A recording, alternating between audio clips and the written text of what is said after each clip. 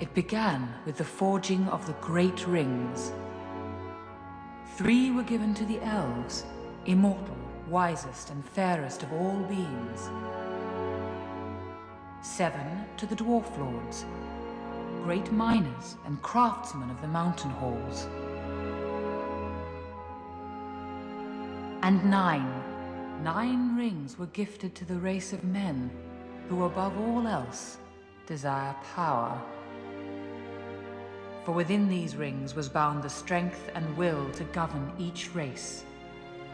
But they were all of them deceived, for another ring was made.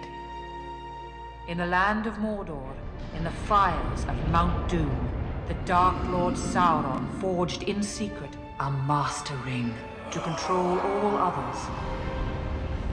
1 ring to rule them all. But there were some who resisted.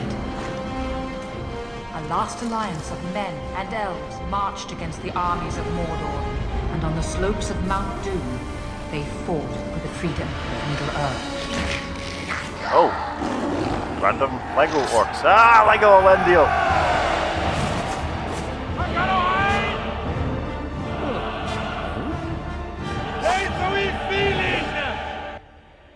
And we're in. Hello, ladies and gentlemen. You asked for it, and here it is.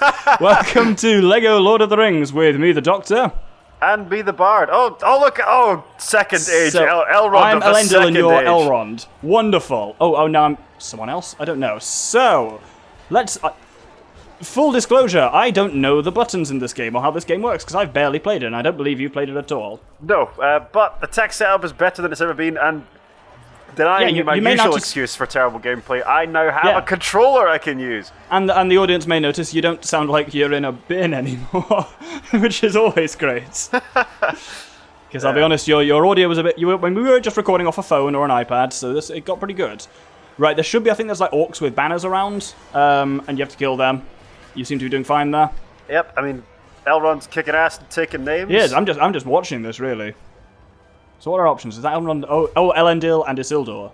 Brilliant. Very similar. It's Y, I think, to switch between them. Yeah, I assume as much. Let's play as... Who are we now? Or triangle for you, I don't know. Oh, we're Eärendil. Excellent. Who wouldn't want to be Eärendil? Oh, You'll notice Eärendil has... Right, so I played like the first bit of this game. You'll notice Eärendil has a special sword. That's of importance. Basically, there's like... I think they're Mithril swords or something like that can destroy like Mordor shit better than other swords. Okay. And obviously because he's got what's it called at the moment? Narsil. Let's say, like, it's not just any special sword. This is Narsil, the blade that cut the ring from Sauron's hand, Doctor. Which we may or may not be seeing soon. Yes. Because what do you think the boss of the prologue is going to be, Bard? I don't know. Who could possibly say? So, yeah, I think for the benefit of your viewership, we probably know more about Lord of the Rings than we do about Star Wars. So this is going to get very nerdy very quickly. Yes. Who do I want? Isildur, Elrond, and I want... That's quite cool. You can select a character that way. Oh, brilliant. Okay, I was quite enjoying being Eärendil. Yeah, cool. If you take out these tower things, because they're like Mordor metal, because they're like glowing red, so you need Mithril shit to destroy them. Okay. Is Narsil canonically made of Mithril? Is that a thing? No, I don't think so. But I think it's only like special swords, so I think like Narsil can do it. I think like Glamdring or any of those can do it. Basically, posh swords with names, I think. Okay. The name to use the technical term. I'm guessing Elrond's sword will have a name. It's just we don't know what that is. I mean, every single bloody butter knife in the world probably has a name because it's Tolkien. Because Tolkien, yeah. But not even we are that nerdy. Yeah, not quite. There we go. Eärendil. We have victory! I mean, technically you should have Gil-galad here with his spear. But yeah, Gil-galad doesn't get many video game appearances. Can't imagine why. And also, I do really like the design of Sauron in this. I think the design of Sauron... full stop is good. In Lego form, obviously not as fun, but he's still cool. I'll put it up on screen now. I have, like, literally next to my desk, I'm looking at it at the moment, like, an engraving of Sauron and Mordor and stuff like that, but in the style of Van Gogh's Starry Night. Oh, I know the very one you mean. It's great. I love it. Oh my god, he's massive. He's huge! He wasn't that big in the film! Good lord. Okay, so... I think he gets stuck at some point. His mace gets stuck in the ground, and then you can mithril it up. There you go. So you know how to attack his mace. I see. Oh no, we need to be this bloke. There we go. We need to be Eärendil. I got him. Yeah. The dynamic split screen is slightly It's jarring a little bit. Yeah. Like, I find it difficult to work out which one I am at any given time. I think it doesn't help that all these characters look the same. Yes. Or at least Isildur and Eärendil basically look the same because they're just in the generic ploomy helmet of the... Not Gondorian guard, really. Numenorian. Numenorian, yeah, I guess so. Whoop. Right, get stuck. Oh, is it his third hit that gets stuck?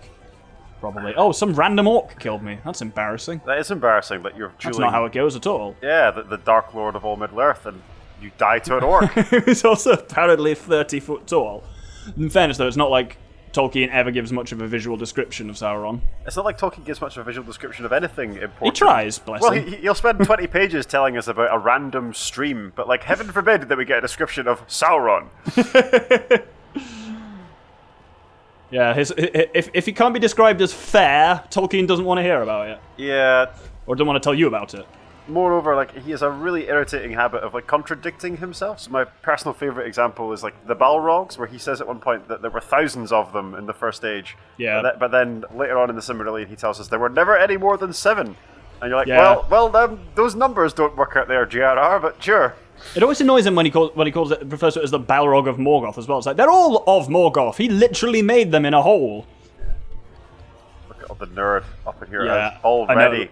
What, we've been playing for 6 minutes or something ridiculous. But you knew this was going to happen, and the thing is, we did all of Star Wars, and bafflingly, the audience said they wanted more. So. Oh, we can transfer. I can transfer between characters. Oh, you don't actually have to be physically next to each other. Yeah, that's quite nice. interesting. I'm dead? No, I'm not dead. I'm fine. Let's just play as Elrond for a bit. Elrond seems like... This is always a problem with some games where it's just like, you're literally just running away from the boss, just waiting for him to do his one attack that you can actually counterattack. And there it is, and I'm stuck. Hup! Oh, shit ass. There we go. I'm on it. No, I didn't do it fast enough because I got stuck walking up a damn hill. So you really do have to like keep staring at your character to not lose them when the screen bifurcates. It's an interesting design feature. I'm not sure I like it, but it's interesting. Yeah, well, our options were this or permanent vertical split screen, which I don't really like either. At least this... Right, has he got stuck again up there? He has. Right. You got this. I mean, you're the one who can actually hurt him, right? Oh, no, he slipped away again. I wish he wouldn't do that up the fucking hill. Something that, like, only bothers me slightly is that thousands of our men are standing by, and they can't even be bothered to fight off the orcs that are coming to kill us. Yeah, that's the thing. Like, I can understand them not wanting to engage with the 30-foot Dark Lord. Yeah. But... You have got this, sire. You're looking excellent. Keep fighting, sire. Get him, sir! Get him in the knees! Ridiculous. No, don't do it up the hill, you idiot! Oh, there we go. Right. Maul him. I'm on it. He's slightly further away than I was expecting, but I think we got him. Oh, there we go. Victory was at hand. Oh no, we've had that bit already. All hope was lost. We're getting there. Isildur, son of the king, took up his father's sword. There you go. Well done. You got there about a second or two before the game. Oh, and again, I don't have the audio. True. Well, you've got the subtitles, though. This actually looks like pretty good in Lego form. Yeah. I'm not holding out much hope for this being any better than the Lego Star Wars games, but... In terms of gameplay, I don't know, yeah. I mean, they're still humorous games. Yeah, definitely. Apparently, here's my random fact of the day. They, Weta Workshop modelled the look of Sauron's helmet after a horse's skull. Did they really? Interesting. You can kind of see it when you look at it. It's kind of that long, pointy thing. Oh, we're in. Hey, that's not the end. Some platforming. Yeah, now we have to work our way up to the Cracks of Doom. Okay, excellent. Use a save statue if you need a rest. That wasn't it. That's new. Oh, look at that. Oh, nice. I don't think we're strong enough to destroy it. So okay. Again, I have never played any of these games, so I have no notion what Elrond's capable of relative to any other character. I've played this a bit like once. Oh. Yeah, you just grab this and shuffle along it, apparently. Okay, so this is much more sophisticated than the Lego Star Wars games. It was 5-6 years later or something like that. Can I still fuck this up with, like, half Narsil? Yes, I can. So it would seem. The shards of Narsil. Yeah, well, just the one shard, really. The rest are still somewhere on the slopes of Mount Doom, I imagine. What really now is only being thrown into sharp relief is that they got someone to go and gather up all the tiny little pieces of Narsil so they could put them in the museum back in Rivendell. Yeah, that can't have been easy to do as well. They just look. I'm sure there are a lot of bits of sword from just Sauron, stomping around. So you are a war veteran of like the last alliance, and your final job before you get to go home for the war effort is in fact to just go and gather up all the bits of metal that your king left scattered around Mount Doom. And you think some of them might be like embedded in Sauron's boot or something, and he essentially blew up. I don't know. I just never made clear what happened to Sauron. Went nuclear, really, didn't he? Yeah. Knocked everyone down. I always thought when I was a kid in that scene where like he does that and like everyone falls over. I thought everyone died then. I thought he'd like essentially like Hiroshima'd Mount Doom. Sauron came pre-programmed with like a mutually assured destruction device. Which would kind of be on brand, let's be honest. That's a very Sauron thing to do, in fact. Like, yeah. I'm surprised that he didn't have something that he could do like that. Oh, you can do like elf leaping. On Elf that green leaping. On that green thing, you can jump higher there. Press A to jump to high places, okay. Yeah, you can like high jump. You can double jump, I think? Yeah. Can I do that? Nope. You're going to have to do something for me up there. So I can jump higher than you. Excellent, okay. Yeah, I think only at those spots you can do, like, elf leaping, I guess. That's the thing. Did I push this? It seems like I would push that. There you go. I've created, like, a bridge of some kind. That's enough for me. Now I can take out that Mordor metal up there.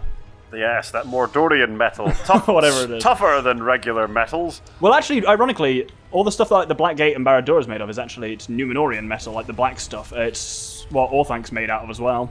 Oh, that's very cool. Because obviously they were all built by... Oh, shit. Don't do what I did. You managed to not do what I did. This is the nice thing about having you on a controller. You can platform. It's great. I'm actually... let's not get ahead of ourselves, but I'm seemingly more confident. You are not limited by technology. We'll put it that way. Yes. I don't want to go throwing words like competent around, but there are fewer barriers between you and competence. This tech setup is much more elegant. It's masterful.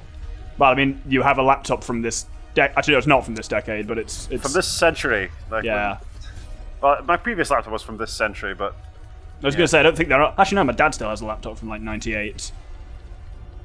And it's got one of those old nipple mice that I quite like. It saddens me you can't get them anymore. A nipple mic? You know the ones like a nipple, like, in between, like, G and N? Oh, yes, I do. Yeah. I do. I really like those ones, but you don't seem to get them anymore. What I will give them is, like, the sword fighting is very fun so far. Yeah, it's better than just winging through people with a lightsaber. It is. Here we go. Cast it into the fire! Fire! Destroy it! Isildur! I mean, it's never been clear to me why Elrond doesn't just drop kick Isildur into the lava at this point. Yeah, I mean, there's definitely the needs of the many outweigh the needs of the few. Oh, absolutely. Like, he could definitely pull it off. He just goes back outside. Elrond, what happened to it? Sparta kicked it. Yeah, what happens to it? What happened to Isildur, Elrond? He decked it inside the crux of it. There was a tragedy. He fell. And if it's anything like the actual end of Return of the King, the whole mountain would blow up at that point. That's an absurd amount of arrows to be stuck in Isildur, but yeah, he's floating away downstream, I suppose. Oh, do we not get to see floaty upside down dead Legolas at Isildur? Apparently not. Maybe that's too dark for this. I used to love doing that when I was a kid in the swimming pool. You float face down and pretend you're Isildur. I was a very strange boy. A fun game in your family, was it? Pretend you've been assassinated. But it betrayed Isildur to his doom. Or to his death? I can't remember. Death, I think. We actually had it just then, but neither of us were too busy talking shit. This shot in the actual film, so like where Gollum turns around and we see his eyes like lamps for the first time, it was haunting for me as a child. Like it deeply terrified me. But it's weird. So at this point they hadn't finished his design, so he still has like a lot of hair at that point. By the most unlikely, which I think they then said by like this is like 80 years ago or something like that. a hobbit. That seems plausible. Oh, Lego Bilbo. Here we go. Oh yeah. The Shire. So Riddles in the Dark remains probably one of my favourite chapters of any book in any piece of literature ever. I adore Riddles in the Dark. I thought it was really well. It was one of the really well done parts of the Hobbit films. Yeah, again, I suppose we'll discuss it more as we go through this series, but I really enjoy the first Hobbit. Hobbit I'm just going to throw it out there. Lego The Hobbit does also exist. Oh dear. just oh saying. Dear. Oh dearie me. Oh, new characters available to buy. Excellent. Who do we unlocked? Bet you it's orcs or something really boring. Or Sauron. Is it possible to play as 30-foot Lego Sauron? We're not a true ring bearer, I guess, I don't think yet. Oh, time to keep track of the scores again. Oh yeah. Looks like I'm in the lead, Doctor. Were you on the left or the right there? I was on the right. I am Elrond. Elrond's half elven, don't you know? Ah, yes.